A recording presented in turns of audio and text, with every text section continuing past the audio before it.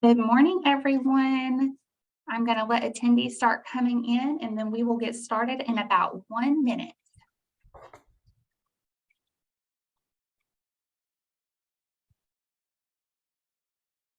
Good morning, good morning.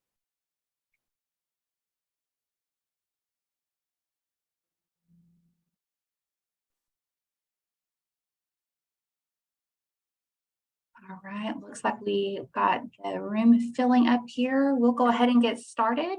Hi, my name is Lainey Jennings Hall. I'm the Marketing and Events Manager here at Disability Rights Arkansas. I'll be your host and moderator today. Thank you for joining us for today's session, IEP and the Power of Three, a new IEP curriculum. This is a webinar. I just want to give you a couple housekeeping notes. If you haven't already noticed, your video and audio are automatically turned off for the duration of this webinar. If you have any questions, please drop them in the Q&A option below, and our speakers will be answering those for you. We also ask that to help us keep the session as accessible as possible, please limit your chat post. You can use the private message feature to say hello to your friends in any side conversations. This will ensure that our attendees using screen readers can hear the speakers as everything posted in the chat pane is read aloud by your screen reader. If you have any event-related questions, message me directly. My screen name says moderator, DRA. If you have any event-related questions, you can just message me directly. The session is recorded and will be available along with all resources shortly after. If you need closed captioning, there is a CC option at the bottom of the screen. I will drop an additional link in the chat here in just a moment. I'm now going to turn it over to our wonderful speakers. We have 3 speakers here for you today. And thank you for joining us. I'm going to put this over here to you guys. All right.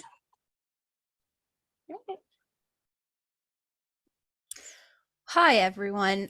So my name is Kyla Bishop. I am one of the staff attorneys here with Disability Rights Arkansas. Jen, do you want to introduce yourself real quick? Yes, my name is Jen Goodman. I'm another attorney here with Disability Rights Arkansas as well.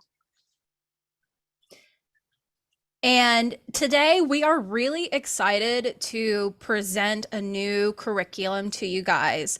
And this curriculum is called IEP and the Power of Three: You, Your Child, and Your Knowledge. We recognize that the IEP process can be very confusing and difficult to both parents who may be familiar and unfamiliar with the IEP process. So we've created this curriculum to kind of break it all down for you, and so that you can be a more active participant in your child's IEP process. Very quickly, Disability Rights Arkansas is the protection and advocacy system for individuals with disabilities in the state of Arkansas. Each state has a protection and advocacy system, and while we are federally funded, we are not part of the state or federal government. Our mission statement is to vigorously advocate for and enforce the legal rights of people with disabilities here in Arkansas. So before we get into it, IEP and the Power of Three, what this is and why you should care. As I said earlier, this is a resource for parents who are both familiar and unfamiliar with the IEP process. So it can provide you with a general overview and then break down the specific parts such as referrals and evaluations into more details so you can read on that. And why should you be reading up on this? Once your child has an IEP, that IEP lasts until the child graduates or tests out of special education. So in short, you're in it for the long haul. So it's important for parents to learn what these IEP processes are, what these terms mean, so that they can contribute to the IEP process.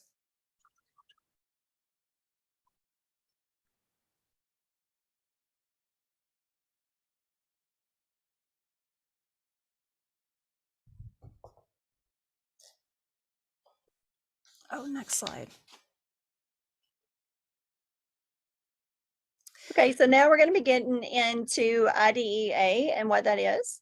So we're going to be looking at different pieces of the IDEA. So the IDEA is the federal law that gives the rights to students for the special education services. And so this has all been decided quite a few years ago now. And so it should be going. So the overview, so with IDEA, it covers students from birth to 21 years old.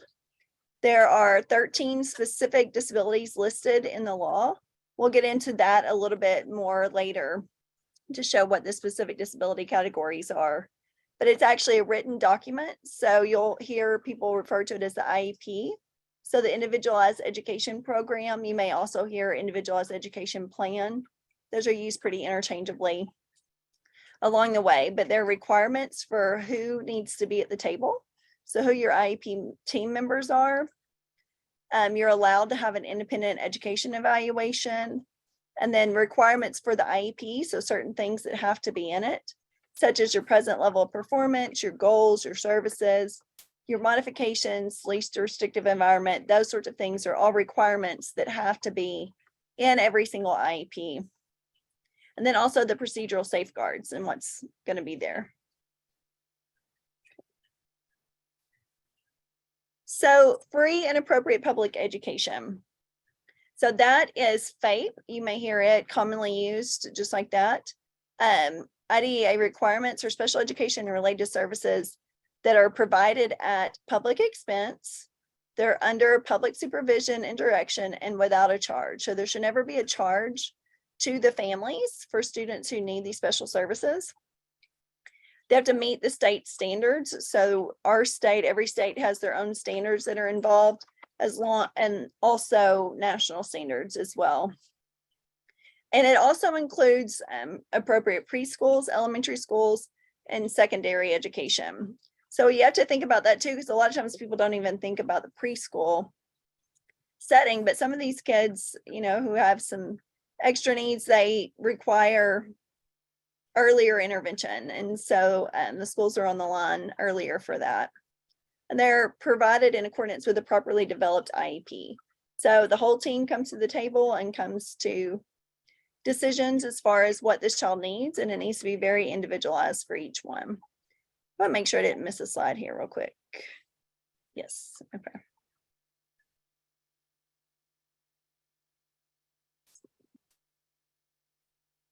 Okay, so like I said, the FAPE, free, appropriate, and public education, has to be made available to all resident children between the ages of 3 and 21, including students who have been suspended or expelled from school. So we see that a lot with our priorities with disability rights right now. We typically are taking students who have been suspended or expelled. And so a lot of times the schools just think, okay, well, there's not going to be any other requirements that we have to do. And the parents will think that too. Oh, well, my kid's not going to get any education now because he's been expelled, but that's not really the case, because there's still requirements for these districts to provide education, even once the student has been expelled, if they're on an IEP. So the obligation to begin providing services starts at the age of 3. And then it must be made available to eligible students, even if they're not failing or retained, and if they're advancing from grade to grade. So that's the other question that we have a lot of people say, well, my kid's he's passing all of his classes, that sort of thing. But really, that is not the bar for special education services. So it could be that they are struggling in one area, or they need related services. Any of those sorts of things can still make them eligible for an IEP, even if you don't typically think of it that way. So I mentioned this before, but I want to make sure that it is in there. So just that this document needs to be individualized and tailored to meet the unique needs of the child. So a lot of times I go in IEP meetings, and something that is really frustrating to me is if I ever see a really poorly done copy and paste job. So it's showing, oh, we just moved this entire plan from one student to the next. And so really, that's not how it should be working. It should be a blank document brought to the table where it's being filled in based on the child who is the person of the day. Like, that's who we're talking about here at this meeting. And that is the only information that should be in that form, is everything that needs to go to make their education a true possibility and a reality for them. And it also can't just be based on that child's disability as a stereotype. So that's the other thing. We'll think, oh, well, this child is on the autism spectrum, and so they're going to need blank, blank, blank, and blank. Well, that's not necessarily true. We need to look at Johnny or Susie or whoever we have sitting at that table and figure out exactly what it is that they need based on their specific needs, not just based on what their disability as a whole is. Okay.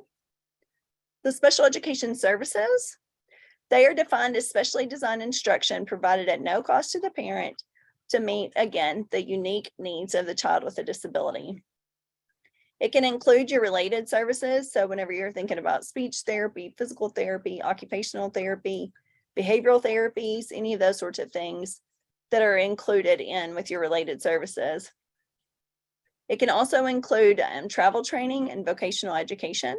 So vocational education is more once you get into your transition services a little bit later, and we'll discuss that later in this presentation a little more detail as well.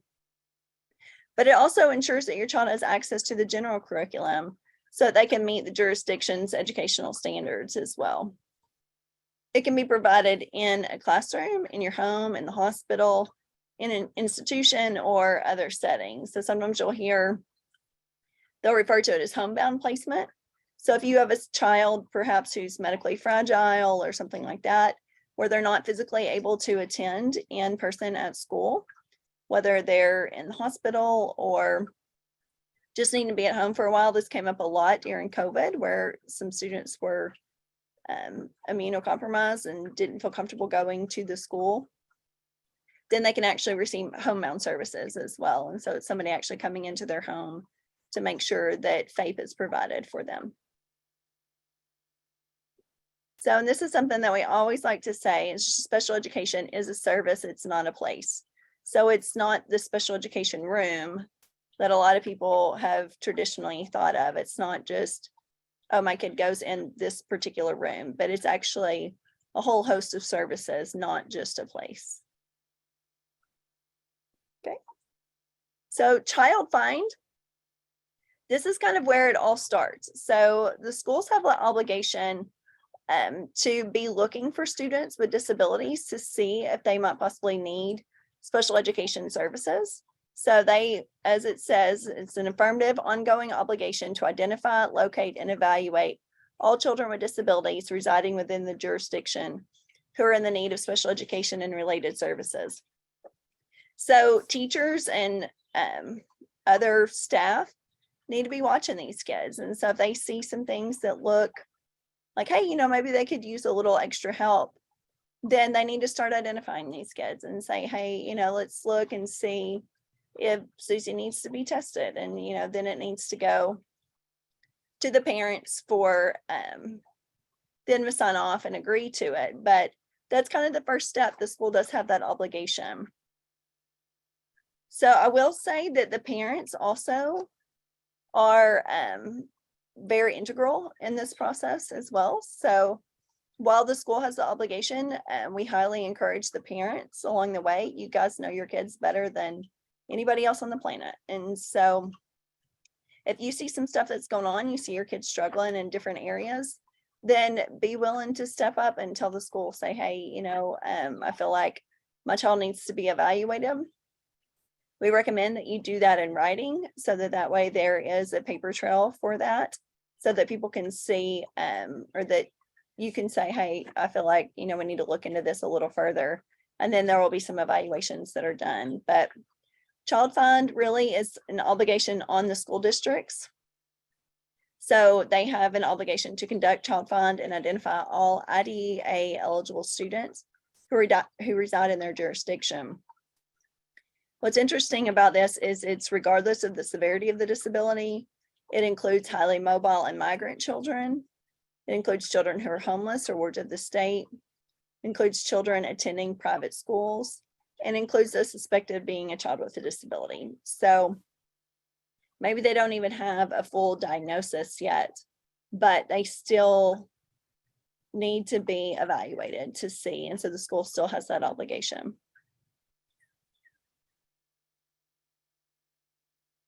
So the parent's not required to request that a district identify and evaluate a child, but a school district must obtain the informed consent before conducting an evaluation. So if a teacher or someone at the school says, hey, I do feel like this person may or may not qualify for special education services, there has to be agreement with the parent to sign off and say that that's okay.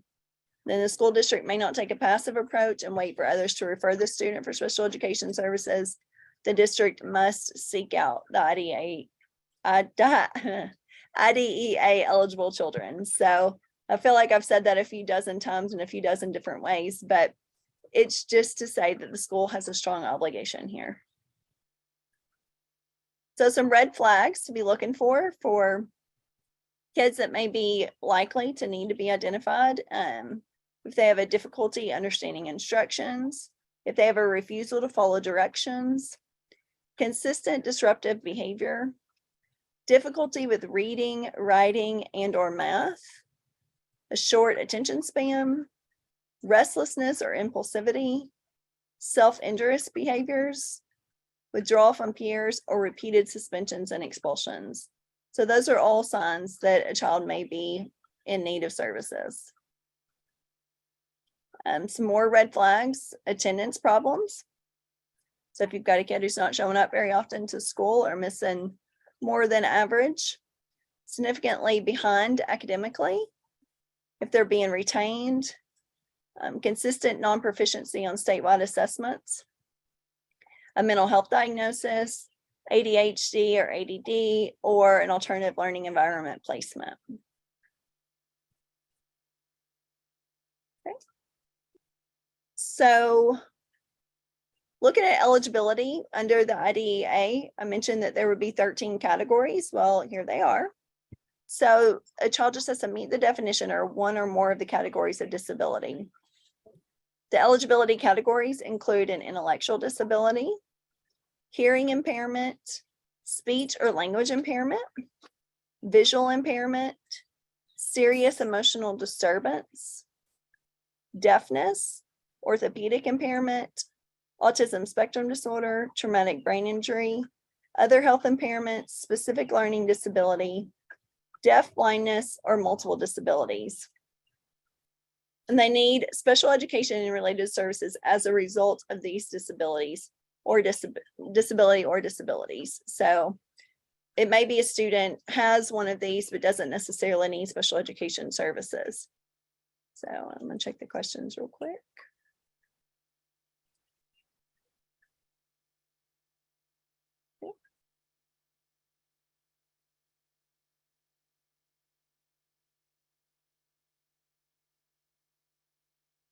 So like I was just mentioning, diagnosis does not necessarily mean eligibility.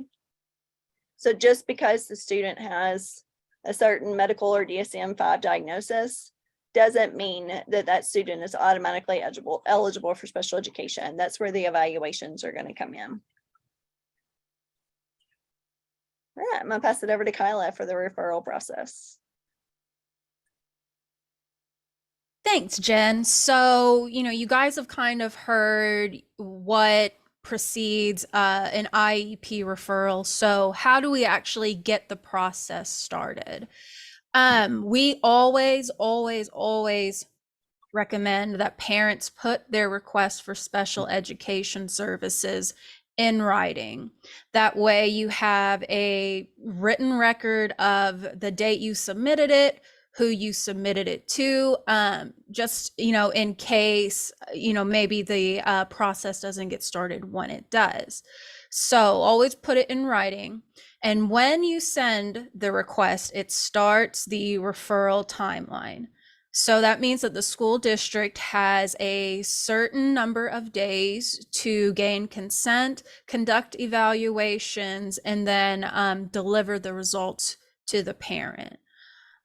The referral conference must be or the school district must contact the parent within 7 days after they receive the request to schedule the referral conference. And at this conference, we encourage parents to share why they feel their child needs special education related services.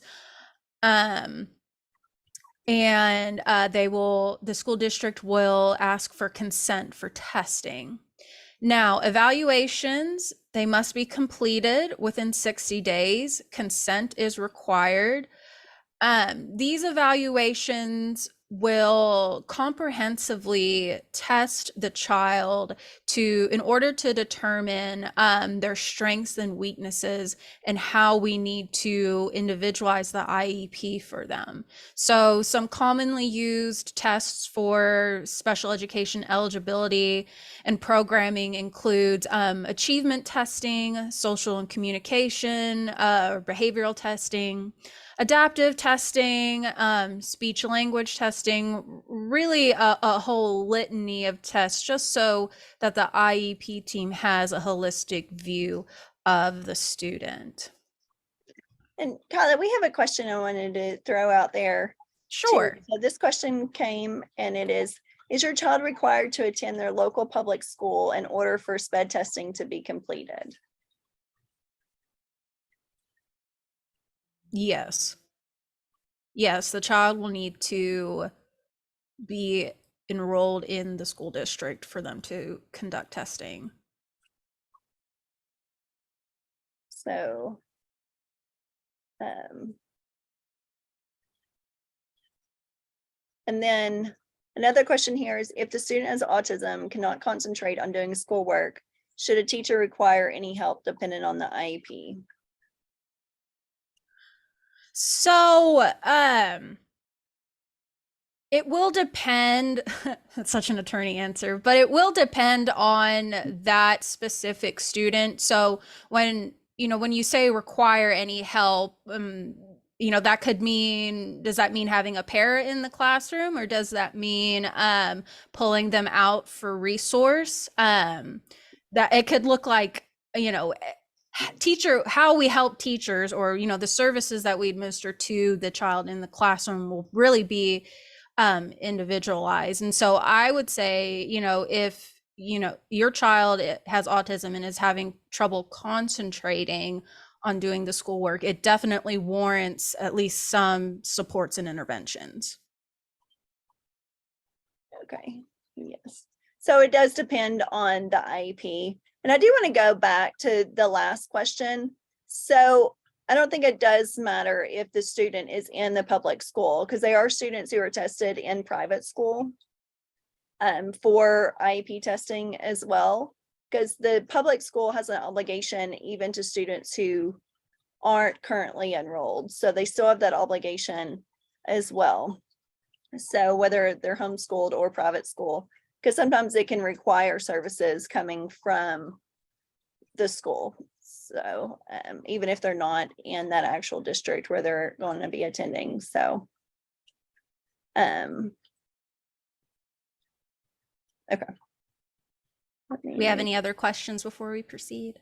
I think that's it right now. So okay, over here. okay. Just a second.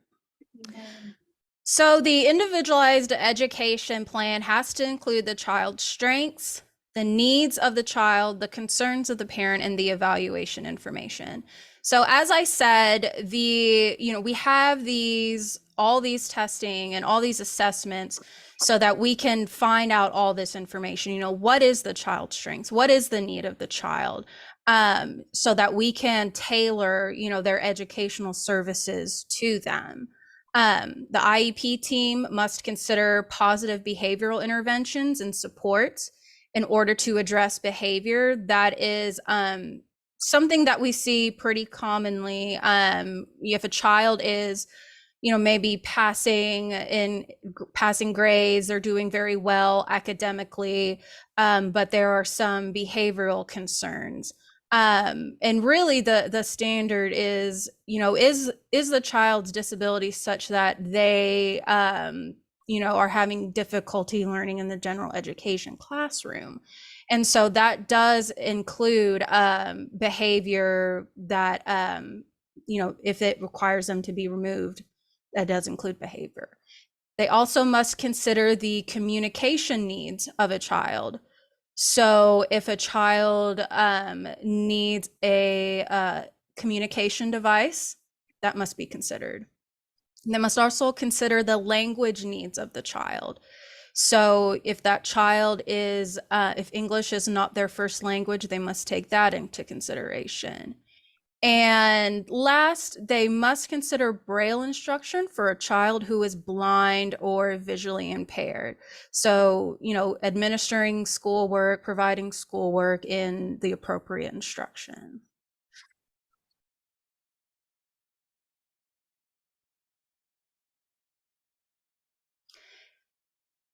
And so to get into some more specifics, the IEPs must include present levels of academic achievement and functional performance. So at the time that we are drafting this IEP, where is the child at? What is their current status?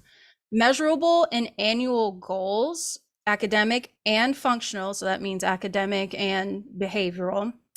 A statement of special education related services and supplementary aids and modifications. So if your child needs speech language services, if they need occupational therapy, if they need physical therapy, that has to be included in the IEP. Supplementary aids and modifications. So if there's a modification to the curriculum that your child needs, or if there are any, behavior interventions or supports that the child needs, that will also have to be included in the IEP. The IEP also must include an explanation of the extent, if any, to which the child will not participate with non-disabled children in the general education classroom. And that goes to the child's least restrictive environment, which we will get into in a second.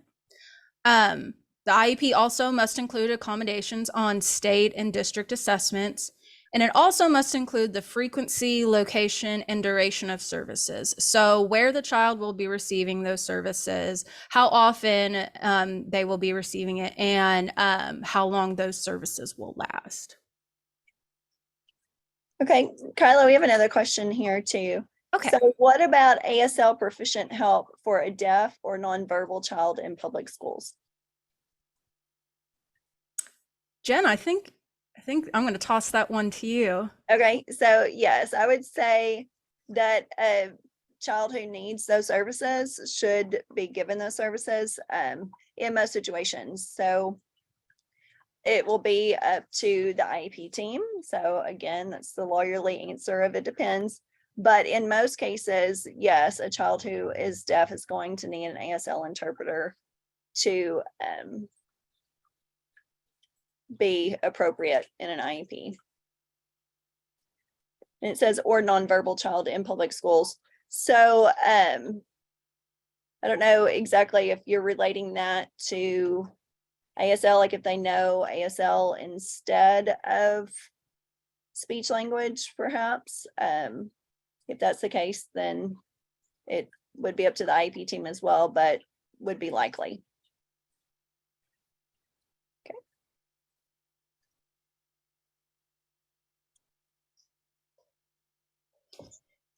So we want to just touch on this briefly. There was a Supreme Court case in 2017, Andrew F. v. Douglas County School District. And this court case establishes that IEPs must be reasonably calculated to enable a child to make progress appropriate in light of the child's circumstances. So what does that mean? It means that these goals and objectives have to be appropriately challenging in order for the child to make progress. So it rejected the de minimis standard, or the if that was a standard saying as long as they have any sort of benefit, it's a benefit. But Andrew F.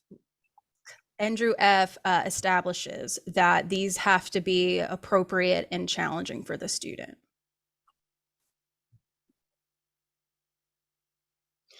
So, a couple more things about the IEP. Required team members. So the team must consist of the parent, a general education teacher, a special education teacher, a staff member who is qualified to provide or supervise SPED services, and then an individual who can interpret evaluation results. And sometimes that can be another person on, the IEP team. An IEP must be in effect at the start of each school year. And if a student transfers into a new school district, or if a student who has an IEP transfers into a new school district, the new school district must draft a comparable IEP until the new district adopts the previous IEP or develops a new IEP. So if your child ends up transferring to another district, you want to be sure to stay on top of the transfer conference so that there are no lapses in services. Okay, so now we're going to talk about extended school year services. So that is pretty pertinent right now, given that we're going into summertime and we're in those last weeks of school right now. So extended school year, otherwise known as ESY, you may have heard it abbreviated, special education and related services provided to the student with a disability beyond the normal school year. So it has to be done in accordance with an IEP, and it can't be at any cost to the parents.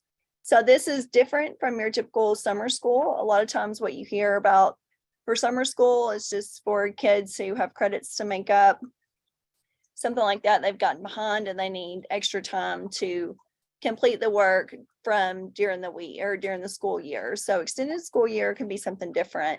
One of the tests that they look at is a regression test. So that is looking at a student to see if this student goes 3 months without study instruction, how much are they going to lose of what they already learned? And so is it going to set them back over the next school year to where it's going to take them longer than the other students to get caught back up to where they were before the summer started? So that's looking at the regression test. And a lot of times schools will say, oh, this is the only test we're going to do. And, that's several of the IEP meetings that I've been in lately, that's been the only factor. And that's not how it should be at all, because you need to look at everything, the whole picture at the individual student to see exactly what their needs are. And sometimes schools have gotten behind in some of the education that they've offered, whether they have suspended a student, any of those sorts of things, where they might be required to provide compensatory education. So sometimes that can go into the summer as well. So some of that time period there, but really it's just if that student needs that extra amount of time. And it could also be with the related services. So maybe they need their OTPT counseling, whatever, during the summer as well. And so that can also be all a part of the extended school year.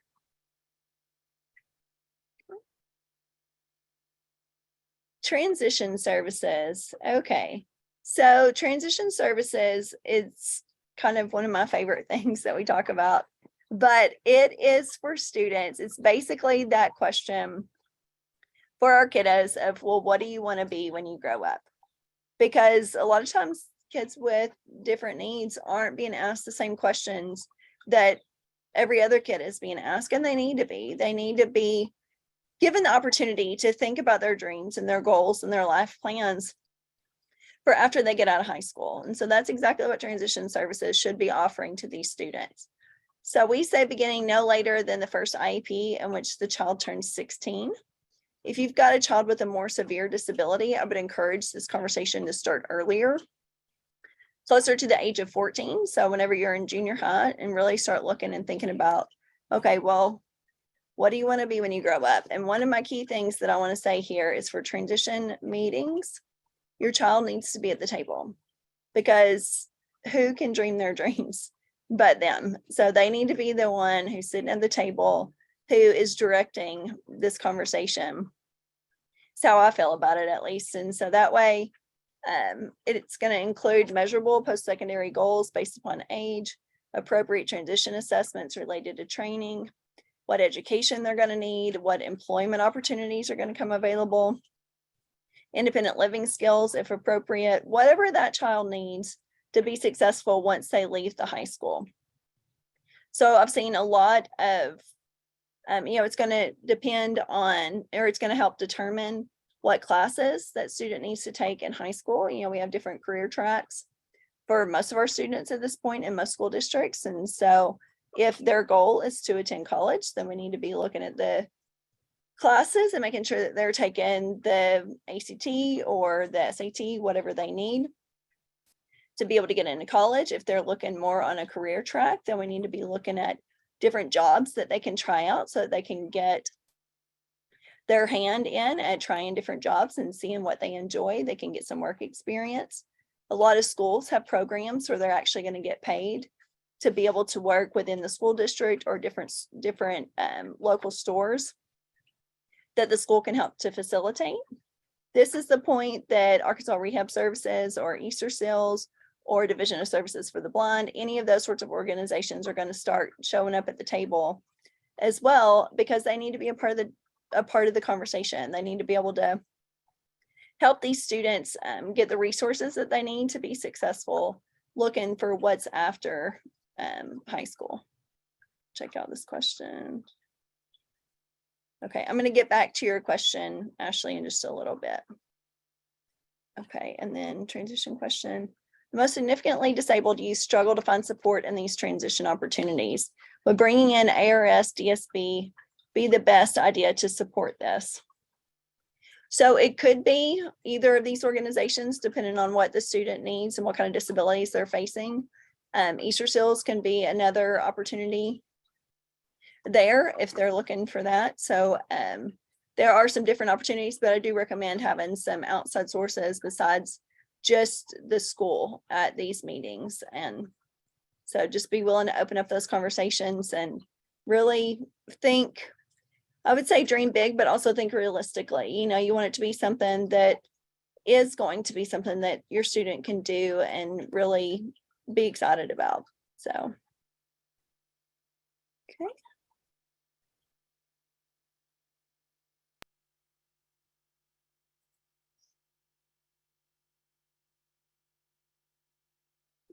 Okay, so your transition plan, so it should be an actual piece in the IEP, or it might be a separate document within the IEP, but it's going to be a coordinated set of activities for the student. It's going to be based on the individualized needs and include the student's strengths, preferences, and interests.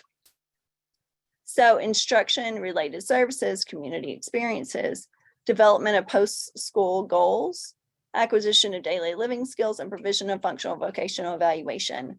So for some students, it may be that they want to live independently, or they want to live in a group home, or they want, something like that. And so you really need to be looking at those daily living skills and how to get that person to where they need to be that they can achieve their goals for after school.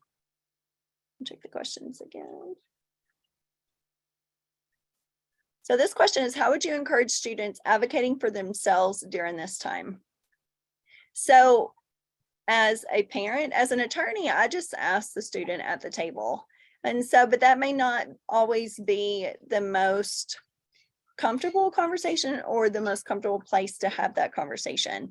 So as a parent, if I were you, I would be, or as a teacher, let me go ahead and put that out there too. If you're a teacher, someone who's close to this student, start having those conversations before you get to the table. So allow them to just open up maybe the night before, or the day before, weeks before you know that you're going to be going into a meeting, and just allow them to start talking about what it is that they would like to do. And so the more that they talk about it, it should become more comfortable for them. And a lot of times students don't have any idea what options are out there. So the other thing that I would do, if you are in the school setting and you know what the options are yourself, then start addressing those and show the students, okay, these are the sorts of things that we can offer within the school. Do you want to get a part-time job? Do you want to work within the school while you're here during the day? Do you want to start working on doing laundry and making beds and that sort of thing? Whatever you can do to help the student and show them what the options are as a parent. If you don't know what the options are within the school, I would recommend that you start having that conversation with whoever it is that you trust at the school before that. So that way you can have a conversation with your student before you go into that meeting. So I would recommend, getting a list of the options from your child's teacher or counselor or whoever at the school is that you have a good conversation or a good relationship with. The other thing I would recommend, if your child is someone who could use Arkansas Rehab Services or Division of Services for the Blind, call them, and actually Easter Seals too. Call any of those places before you go to the meeting. So that way you can say, hey, what is it that you guys offer? So I'm going to give a little full disclosure for myself here. I actually have a spinal cord injury. And so right after my injury, when I was 25, I knew that I wanted to go back to work, but I had no idea what that would look like.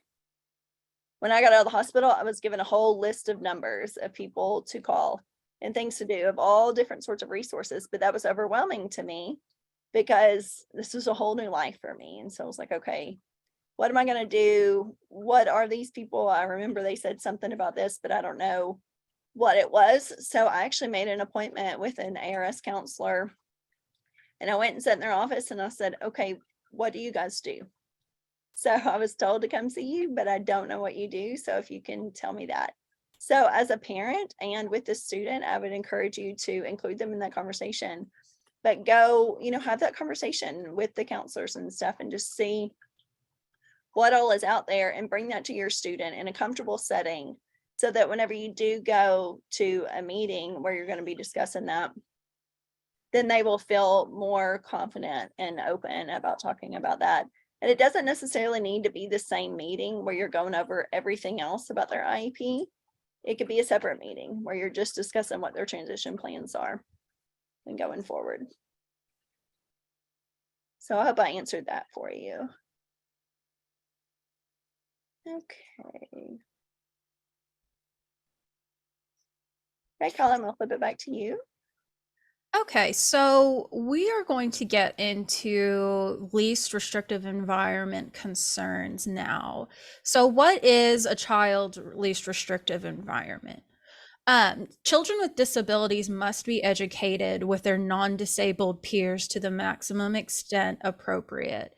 And so kind of the rationale or the policy behind this is before the passage of the IDEA, children with disabilities were often segregated away from their non-disabled peers, whether that be through institutions or just not being provided services at all. So the IDEA requires that special classes or separate schooling or any other removal of children with disabilities from their regular classroom setting occurs only if the nature and the severity of the disability is such that education in the regular classes with the use of supplementary aids and services cannot be achieved satisfactorily.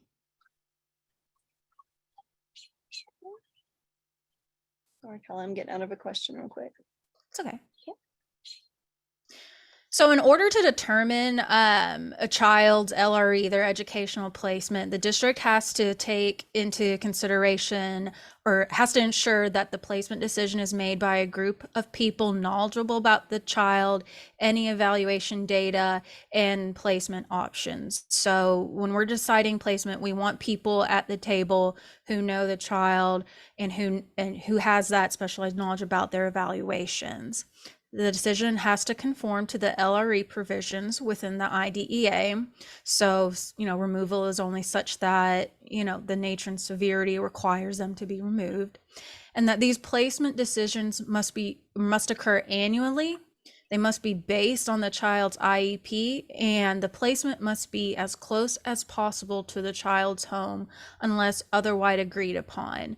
So, if we're sending a child to a separate special school on the other side of town, We need to think about these least restrictive environment considerations.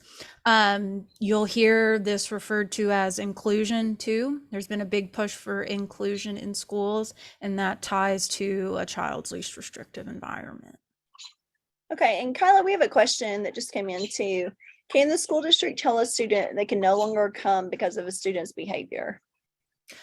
No, if a student is exhibiting behavior such that the district feels that they cannot continue coming to school, the IEP team needs to be called and they must consider behavior interventions and supports that would enable that child to stay at school. Sending a child home or using a shortened school day is not necessarily considered a valid behavior intervention or support under the IDEA. And if the school district is going to push for a shortened school day or homebound instruction based on behavior, that's a very high bar to meet. They have to have their data, their evaluations. It's a very restrictive placement. So a lot of things have to be taken into consideration. But the short answer to your question is no, that a school district cannot tell a student that they can't come to school because of their behavior. I will say that they try often. Yes, they do. So that is not something that is not happening. It just shouldn't be happening. I'm gonna say that. So, okay, and we've got a few more questions here, a follow-up to that, or if the student is excluded from school, does the school have to provide services at home? So and I'm just going to kind of guess, but so if the child is receiving homebound instruction, yes, they have to provide services. If the child is expelled, the school still has to provide those services. So if the student is excluded from school, the school district is still obligated to provide those services while they're at home. Okay, so, and then we have another question. Are schools quote unquote required to provide inclusion for children with IEPs? Currently, local schools are using lunch and outside recess as inclusion times. So when we ask, whether schools are required to provide inclusion, that inclusion, it's going to go back to the least restrictive environment consideration. So how much time is this child spending, with their non-disabled peers? I would say if these schools are using only lunch and outside recess times as inclusion times, they may want to revisit that decision, because the least restrictive environment spectrum and consideration should include more than lunch and outside recess. Okay.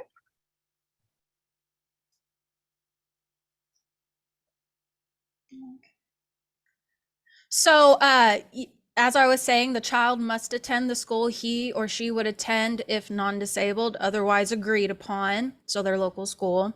And the team must consider potential harmful effects on the child or the quality of services he or she needs. So if we're going to take the child out of the regular education classroom and, say, put them in another school halfway across town, we need to consider what harmful effects that may have on the child. Does the child have a sibling that goes to the regular school? We need to consider separation from them. A child with a disability cannot be removed from an age-appropriate regular classroom setting solely due to needed modifications in the general education curriculum. So that's just saying students are entitled to, modifications to the curriculum necessary to ensure FAPE.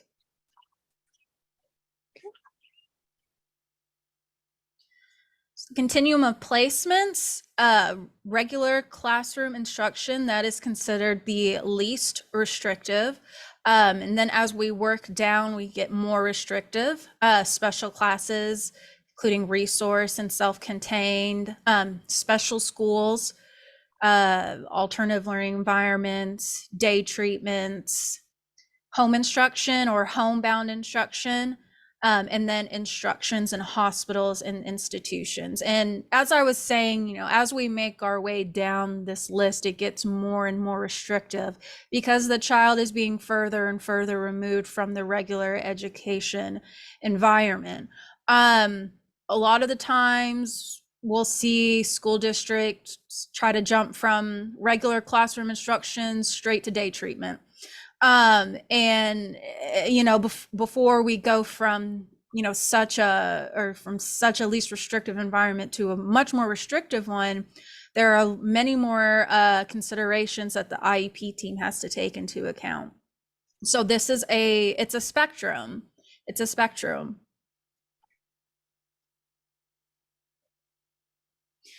Disciplinary removals. So we get a lot of cases that involve discipline. First and foremost, a school may remove a child with a disability if that child violates a code of student conduct. These types of removals can include out-of-school suspensions, in-school suspensions, informally sending a child home, or removal to an alternative learning environment. Regardless of the type of removal, this child is still entitled to receive FAPE during these removals.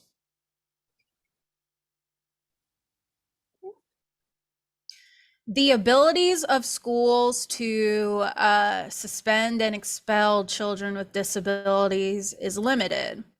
If a child is removed in excess of 10 school days, the school district or the IEP team must hold a manifestation determination review. This manifestation determination review will consider whether the violation is a manifestation of the child's disability or not. And so this review must take place within 10 days of the last removal. In this MDR, the manifestation determination review occurs to decide the student's placement. So where do we need to place this child going forward? What does this child need in his or her current placement going forward? And then to get into MDRs a little more in detail. So the district and the parent and the relevant members of the IEP team must include all relevant information in the child's file. So if there are, disciplinary removals for the school year, behavior reports, any evaluations that the school has conducted or that the parent has provided, they really have to take a comprehensive look at the child's file. And so as they do this, they must consider whether the conduct, whether the violation is a manifestation of the child's disability. So was this caused by the child's disability? And if the conduct was caused by or had a direct and substantial relationship to the child's ability, or if the conduct was a direct result of the school's failure to implement the IEP. Those are the two considerations that the team has to work through in order to determine whether it was, a manifestation.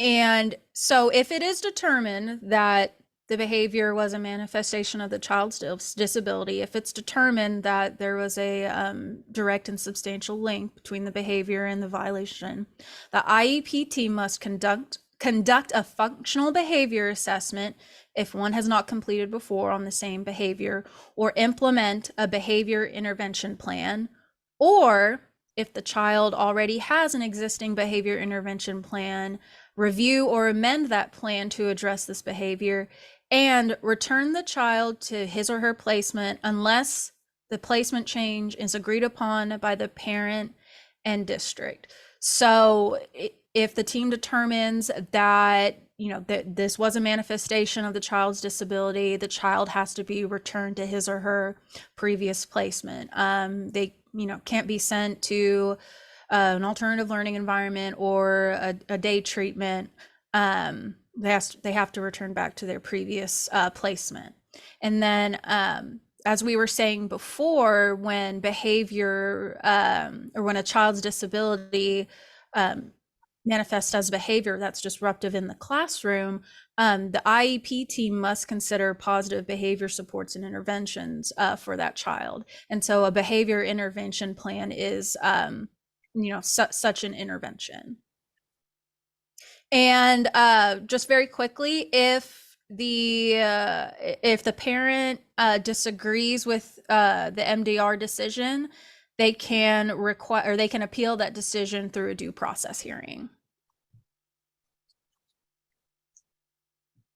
Hey, Kyla, before you move on, you do have a question in the chat. Okay. You want to read that off for me? And Lainey, I was actually saving that for we're about to get to the ALEs. Perfect. Oh, okay. Yeah, we can do that. Okay, well, we will hold that question until we get to the ALE part, which is just in a second. Interim alternative educational settings. So a school district can remove a child with a disability without regard to whether this violation is a manifestation of their disability if any of the following occurs on school campus or at school functions. If a child carries or possesses a weapon, if a child knowingly possesses or uses illegal drugs or sells or solicits the sale of a controlled substance, or if a child has inflicted serious bodily injury on another. Those are the big three. And like I said, if any of these three occur, a school district can automatically remove a child for 45 days, no more than 45 days, but for 45 days, without regard to whether it was caused by their disability. The IEP team will determine the setting in which they receive these services, and if the parent or school disagrees with a placement decision, they can appeal that by requesting a hearing as well. So like I said, I call these the big three, and it's if a child carries or possesses a weapon, and drugs, or serious bodily injury. Okay, Kyla, we have a question that just came up here too. Okay. What if the child is threatening harm to others? Typically, threats do not meet the standard of this removal for 45 days. It has to be such that the child has actually inflicted serious bodily injury, and even serious bodily injury is a high standard. Just a cut is not going to cut it. It usually has to be pretty serious. So it's a high bar, but it is available to districts in those circumstances. But no, threats would not meet the criteria for being removed under this provision. I will give a caveat that it does happen often, though, that schools are removing for that. So doesn't make it right, but I know that it is happening out there. So just throwing that out there so you guys know. So, okay.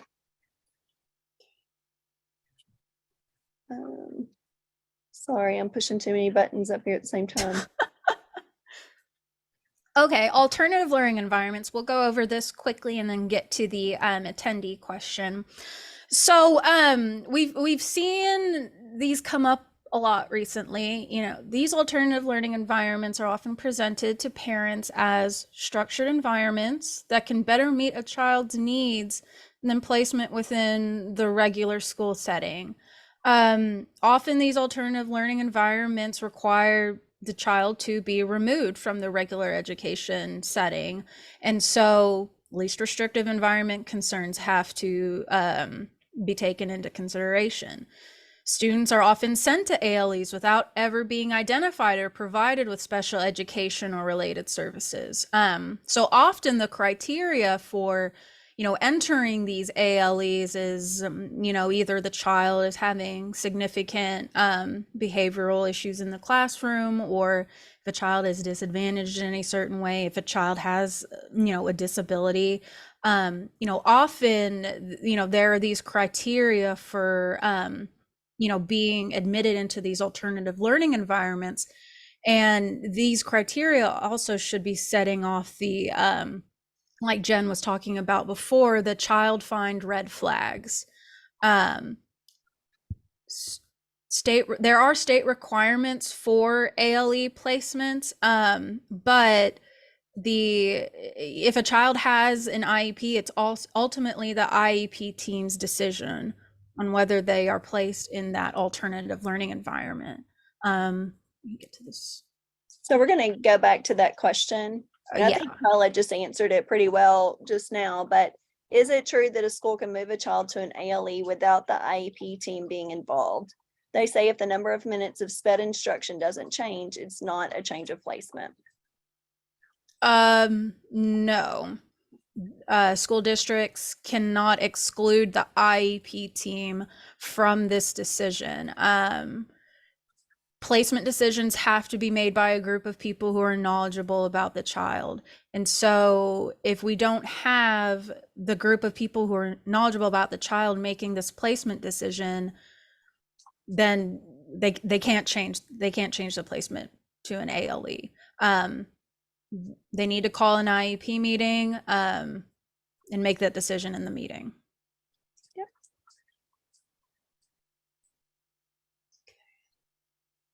Okay, so procedural safeguards under the IDEA. So there are lots of things. You'll get a book. You should get a little book pamphlet whenever you go into IEP meetings. It's going to tell you that you need to have prior written notice before an IEP meeting can happen. You need to be giving consents for evaluations, that sort of thing. You need to be, as a parent, you need to be able to participate in meetings. The student needs to be given those opportunities if it's appropriate, and that is deemed pretty much by the parent, I would say, in most circumstances, on whether the student should be at the table at the time. Sometimes it's appropriate, sometimes it's not. You need to have an opportunity to examine records. And you also need to be given the opportunity to have an independent educational evaluation at the public's expense. So I've had parents call me and say, I tried to call and request my child's records, and the school said no. Well, the school's not allowed to say no to you not having records. So sometimes they'll try to give just a few records, like, oh, we're just going to give, your attendance record or your grades, but they're not given the full records that are out there. And as a parent, you are entitled to all of those. That's protected information. It shouldn't be something that's shared around with anybody, but as the parent, that should be something that you are entitled to. And the independent educational evaluation at the public expense. So that is if you have your child evaluated and you don't agree with the results, then you can actually take them to an independent evaluator. And the school has to pay for that too. So you get one, essentially, that they will pay for out of the district to take and get essentially a second opinion. Okay, so now we've told you what a lot of the laws are and what's going on out there. Let me check a question real quick. What do you do if you aren't sure but suspect that you aren't getting your students' full records? So this happens to us all the time because we're requesting records all the time. So basically you need to know what you're looking for. So I would say get a good list of the things that you think you're looking for. Make sure you're asking for disciplinary records, you want your attendance records, you want your grades, you want all testing that's been done. Ask for your special education records. If there's something specific that you feel like is missing, then feel free to ask for it specifically too. So I'm just going to do a side note here. I always recommend with parents who have students in special education, get you a binder from the very beginning. So just have an ongoing binder that you can add to it as you go. It's probably going to be pretty thick by the time you get through high school, but that way you're going to have everything right there in front of you. I recommend keeping things tidy electronically as well. I know that's the age that we're at now, but a lot of times you're going to meetings, you're sitting in a meeting with a group of people where they all have the papers in front of them, and if you don't bring them, then you might not. So I do recommend that you have a binder and have it ready.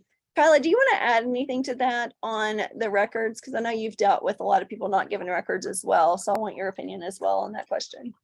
Yeah, so if you're going to be requesting any specific missing records, you're going to want to be very specific, and even maybe include references and attachments of pages that reference those missing documents. You know, for example, you know, I'll be reviewing, you know, an IEP, and it says that this was, or this goal is being measured by observation charts, right?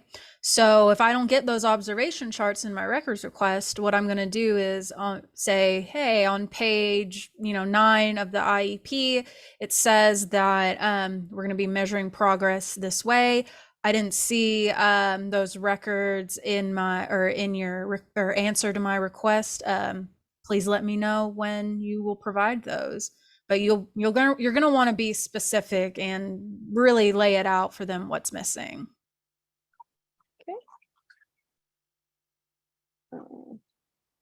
Okay, so basically what I was saying here is, if you know the law, all the things that should be happening, what happens when they don't? So when you feel that the school is not following the law, that your child's not getting the education that they need and they deserve, then we start looking at dispute resolutions under IDEA. And so what's allowed there? So we can't just run and sue the school in state or federal court. That's not a first step. We've got to go through some of the exhaustion requirements to get there before we can get to that point. And honestly, that's probably a good thing in most situations, because that allows you to solve these situations at the lowest possible level. And a lot of times a simple conversation can get you to where you need to be, but I'm not going to sugarcoat that and say that it's always going to happen, because it's not. We wouldn't be here today if it was. So other options, you can actually go to mediation.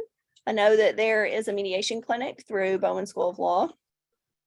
They can actually do free mediations. And so that's just somebody, a neutral party who's coming in, they're listening to the school side, they're listening to the parent side, and they're helping to decide, they're helping to come to an agreement between the two sides and just pull it together and figure that out. There may be other mediators out there too. I'm just not completely familiar with who they are. So there might be others in the state, but that is an option. Another option, I would say kind of a step up from that, is a state complaint. So with a state complaint, anyone can file that for anyone. So if something is going wrong in a district and an outsider even sees it, it's like, hey, this is not okay. The school's not behaving properly and kids are being harmed because of it. So anyone can file that. You're looking at alleging violations of any of the requirements of the IDEA. With this one, you have a 1-year statute of limitations. So anything that's happened in the last year can be brought up in a state complaint, but anything over a year cannot be brought up. So just keep that in mind whenever you're thinking about timeframes on whenever you need to get something filed. And then also you have a 60-day time frame on that. So there should be a 60-day turnaround period.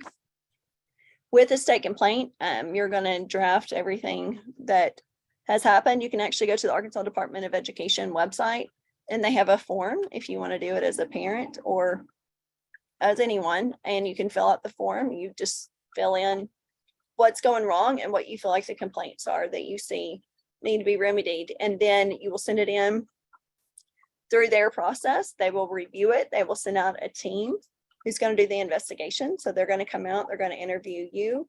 They're going to interview whoever is appropriate that would have appropriate information for what's going on. So that's going to be looking on the parent side and student side, and then also on the school side. So they're going to be doing a thorough investigation to see what's really going on from both perspectives.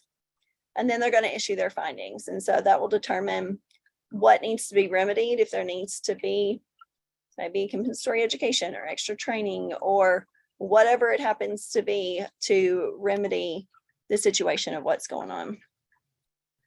Check the chat again real quick.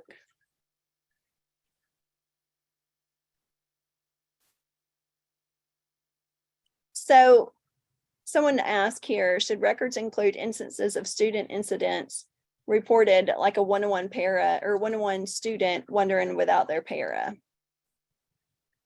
So I'm going to say yes, it should include that, but I would also say it's not necessarily going to include that.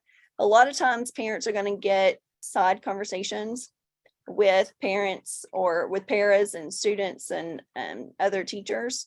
So a lot of times you're going to get a quick text message about stuff like that too. So Kyla, do you want to?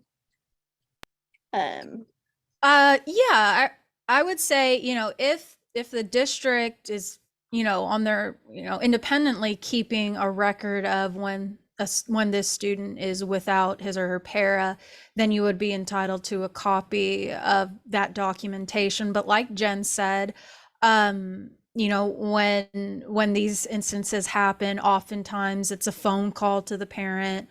It's not something as formal as, actual keeping documentation. So I would say if, they don't keep that formal documentation and they just, give you a call or a text, you'll want to, independently keep a note of that, for future reference. So and I'm going to go ahead and throw in something there, and it's something that someone in the chat mentioned as well, but I think it's worth repeating. So this person says one of the most important things for a parent to learn is record keeping. So I absolutely agree with that. So if you've got email threads going back and forth, you need to keep up with those. Those aren't a direct delete kind of situation. A lot of times I like it whenever it's a continuous thread going back and forth so you can see the whole dialogue there without interruption, so that trying without having to try to piece things together later. But the other thing that I recommend too is if you have a phone call with a principal or someone at the school, I always recommend following up with that with an email that said, hey, per our discussion earlier, I understand that Johnny will now be going to school from 7:30 to 11:30. Whatever, or he will now be given whatever it is that it needs to be documented. So that way you're just keeping up with that information and keeping everybody honest. Okay, and what if a parent met with administration to view a video? And that is honestly is something that may not get in the record. I haven't seen it in the record that way. Have you, Kyla? No, typically, the school districts will allow parents to view the video, but to actually keep a copy of the video, I have not seen that. Well, and just a notice that they did view the video. Right. So a lot of times that's not going to be a note that is included. So something that I've seen recently that I feel like has been beneficial for students too is if something happens and you want your side of the story, essentially, we've had it put in to where the student gets to give their side of the story and add it to their record. So that way, if someone is pulling their file and looking at it, they're going to see essentially both sides of the story in the student's file. So that way it's not going to be just the school stating everything that this child did wrong or whatever the situation is, but the parent or the student can actually have some input in that as well and add it to the official file. Okay.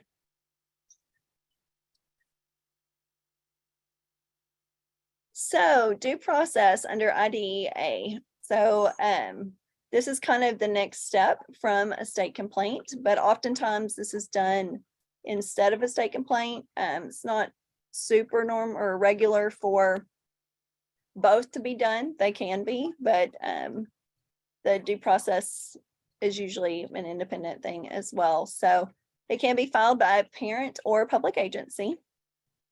It's alleging a violation relating to identification, evaluation, or educational placement of a child with a disability, or the provisions of FAPE for the child.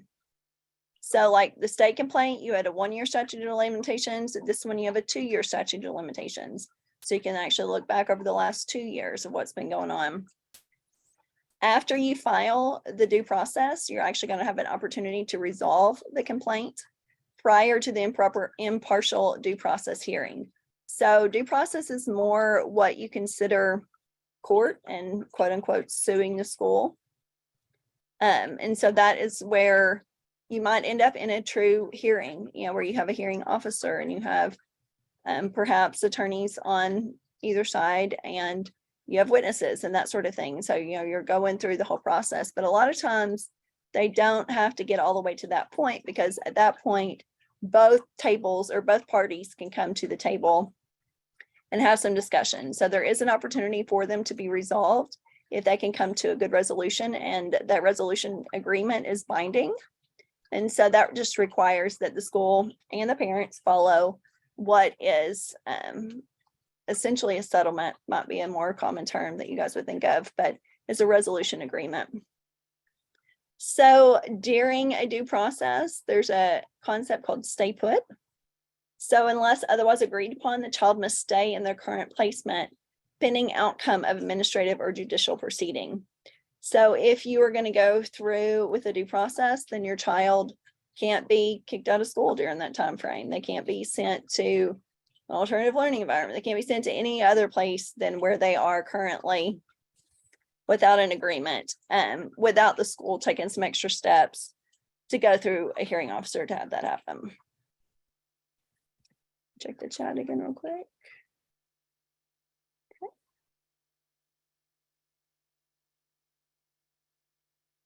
All right, and I got that. Great, I'm gonna kick it back to you, Kyla. So each school district must ensure that a child's rights are protected, even if a parent cannot be identified or located, if a child is a ward of the state, or if a child is an unaccompanied homeless youth. The state educational agency must make reasonable efforts to assign someone within 30 days, a surrogate parent within 30 days. This is just saying, if a child needs special education related services, even if they don't have a parent to initiate that process for them, they are still entitled to those services and protections. So, okay, I believe that is it on our side, but we want to kick it over to Allie now to talk about the new curriculum.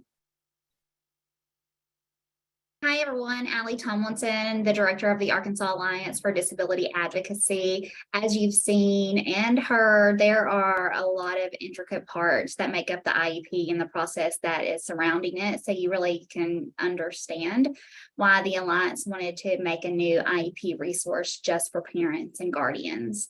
So this resource was made by parents for parents. We want you to be able to be a proactive member of the process and not just a reactive member. We want you to be able to be involved every step of the way and not try to shuffle around and figure out how to handle something when trouble arises.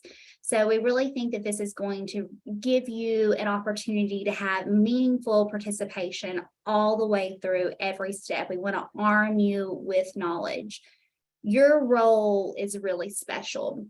See, throughout the time in your child's school and their opportunity to be in special education and really gain the tools that they need to go on to post-secondary education, independent living, or even, getting employment, you're going to be their advocate.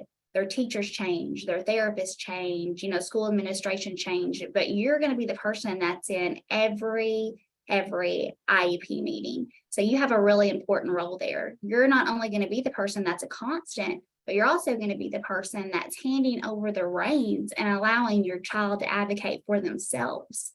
So that's a really big role. And we don't ever want you to feel like you're out there floundering by yourself. That can't feel good. That's got to be overwhelming.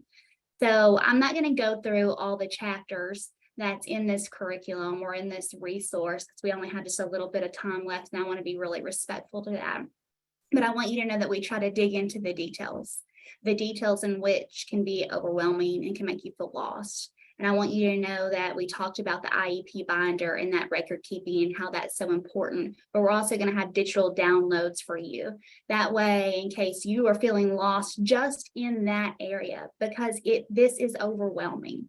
We're going to have some things that you can print out that you can use to get you started on your record keeping. We're also going to have a parent communication documentation timeline. So you can write down all of those communications that you have with the school, whether you see someone in passing, whether you talk to an administrator. So we talked about elopement. Not everything is going to be written down in a file. So if you hear someone say that your child eloped or they couldn't find your child that day, you can call the school, you can have that conversation. You can write down the time that you had that conversation. You can write down whether it was in person, it was phone, or your child reported it to you. You can say who was involved in the incident, the main area of concern, the proposed action, and the time that it's supposed to be resolved. And you can keep that in your binder. And you can keep all of your records very concise. Now, there's going to be a lot of pages that you can choose from. You can take what's important to you and leave what isn't. But we want to make this process as easy for you as possible. That's what we want to do. We want to support you in this. Now, along with having this curriculum and those digital downloads, we are going to start 8 support groups in the state of Arkansas. We want to make sure that you're not just leaning on someone like Jen and Kyla who are advocating, because they're only 2 people. They can't do everything, right? We want to make sure that you can do it yourself. So our job is to make sure that we have groups in the state that you can lean on, that you can organize with. And we're looking for support group leaders, 8 support group leaders. Now that's a heavy lift. I understand that. But if you're not ready to take that on, you can join that support group. You can have people lean on you. You can help organize. You can go to IEP meetings with your fellow group members. But if you are interested, we're going to drop that link in the chat, and you can apply there. So hopefully you'll have a support group in your district or in around your surrounding areas, and we'll have all of that listed on the website in July. That's when they will be up and running. Now you are going to receive this resource in your inbox on June 9th, since you signed up to this webinar. So make sure that you stay on the lookout. Whatever email you signed up with for this webinar, you're going to receive this actual resource. You're going to have the first look at it. For anyone else that wants to gain this resource and be able to use it, download it, however you see fit, just make sure that you keep it and you're armed with that knowledge. You'll be able to receive that on June 12th.